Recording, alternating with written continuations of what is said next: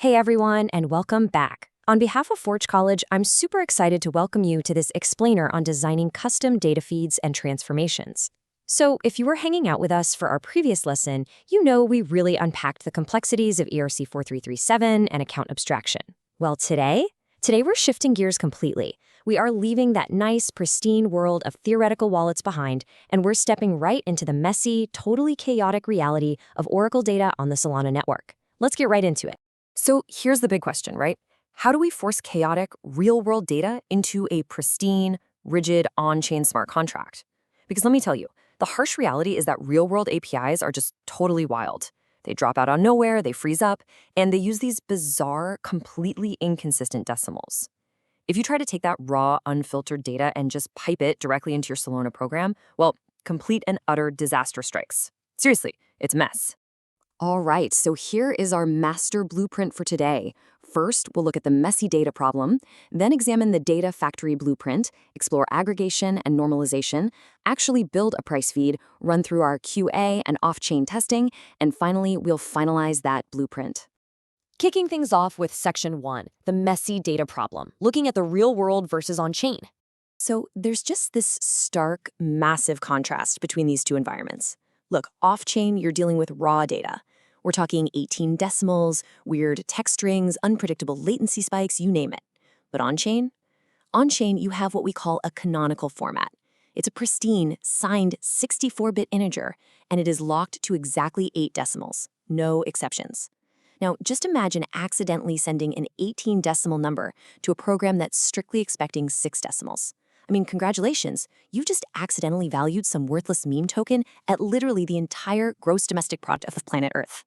I know it sounds kind of funny, but honestly, these exact types of decimal mismatches have caused real, critical failures in major DeFi protocols. Moving right along to Section 2, the data factory blueprint, and how we architect this. I always like to think of our data pipeline exactly like a manufacturing plant. It's like a giant assembly line. First, we have the intake or pre-processing phase, and this is handled by your Web3 adapters. Their whole job is just to fetch and convert those raw, messy materials we just talked about. Next comes the actual assembly line, right? That's our Switchboard aggregator.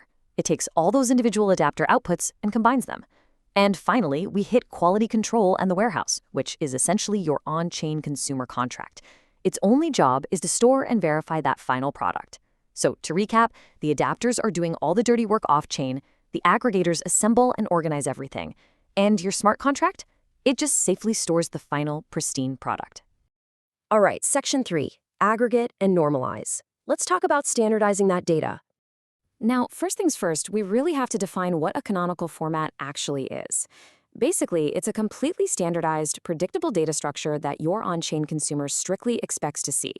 Because of this, your adapter's output needs to be incredibly simple.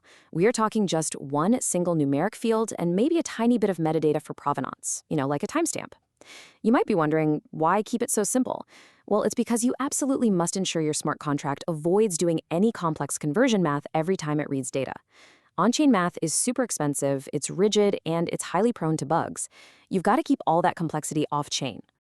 Next up is something called the exponential moving average, or EMA for short. Now, this introduces a really fascinating engineering trade-off. See, when you smooth out a chart using an EMA, you're prioritizing consistency over low latency responsiveness.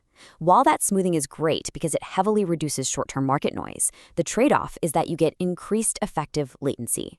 Practically speaking, this means a heavily smooth data feed might actually hide fast-moving, split-second market events from your protocol. So, as a developer, you have to decide what matters more for your specific application. Is it immediate speed, or is it rock-solid stability? Okay, so let's break down where each of these normalization patterns actually belongs in your pipeline. Unit scaling for decimals, that always goes in the adapter layer. What about median aggregation? Well, that belongs in the aggregator layer to give you robustness against weird outliers. Speaking of outliers, an outlier filter can actually sit in either layer, and its job is to reject extreme values before they can even contaminate your feed. And that EMA smoothing we literally just talked about, that lives in the adapter layer, specifically when you're valuing stability over latency. The golden rule you need to remember here is that all of this complexity belongs entirely off-chain. Moving on to Section 4, building a price feed. Let's look at a real-world prototype. To make this concrete, we're going to prototype a USD price feed for a completely hypothetical asset, and let's just call it token X. Our goal here is simple. We want to output a signed 64-bit integer that represents the token X price, and it needs to be strictly scaled to exactly 8 decimals. I like to think of the on-chain consumer as this incredibly strict bouncer at a super exclusive club. It is only going to accept this exact format. If your data shows up with 7 decimals, rejected. 9 decimals, bounced. Our off-chain factory absolutely must produce this exact 8-decimal integer flawlessly every single time. But wait, what happens if there's no direct token X to USD feed even available out there? Well, that's when we have to get a little creative, using synthetic pairs. Here's how it works. Step 1. We configure our adapters to fetch the token X to ETH pair. Now, the DEX API is probably going to give us that in 18 decimals. Step 2, we go fetch the ETH to USD price, which usually comes in 8 decimals. Then, step 3, our handy little adapter multiplies those two together and rescales that combined result to exactly 8 decimals. You see, the adapters are doing all this nasty, complex fractional math completely off-chain. That way, your Solana program basically never even has to break a sweat.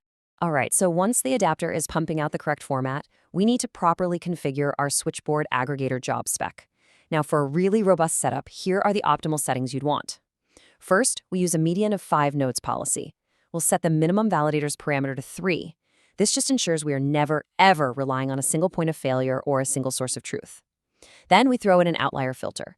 This is going to instantly reject any node that reports a deviation greater than 15% from the median. Finally, we'll set a heartbeat of 30 seconds and a max staleness of 120 seconds.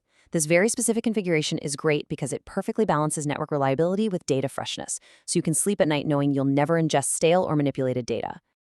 Almost at the finish line. Section 5, QA and off-chain testing. Time for our pre-deployment checks. You really want to treat your adapters as pure functions. Isolate any stateful smoothing behind a symbol interface so that it's super easy to unit test. The overarching engineering philosophy here is actually pretty simple, but it's incredibly powerful.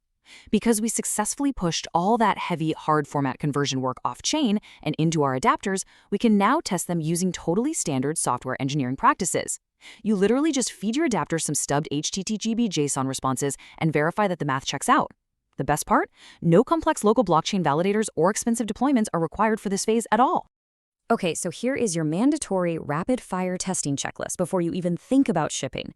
First up, exact scaling validation. You have to make absolutely sure your truncation and rounding actually hit exactly 8 decimals. No more, no less. Second, pair computation math accuracy. If you multiply 2 synthetic pairs together, does the result match a standard calculator perfectly? It better. Third, test your outlier filtering. Literally throw a massive, absurd 200% deviation at your adapter and make sure it aggressively rejects it. And finally, check that smoothing behavior. Feed it sequential rising price updates and just watch to ensure the EMA curve is behaving correctly. Trust me on this, if you don't run these specific tests off-chain, you are virtually guaranteed to ship a defective product to your smart contract, and nobody wants that. And finally, Section 6, finalizing our blueprint with a quick architectural review. I want you to remember this golden rule. Always push your format conversions out to your off-chain adapters and your job logic.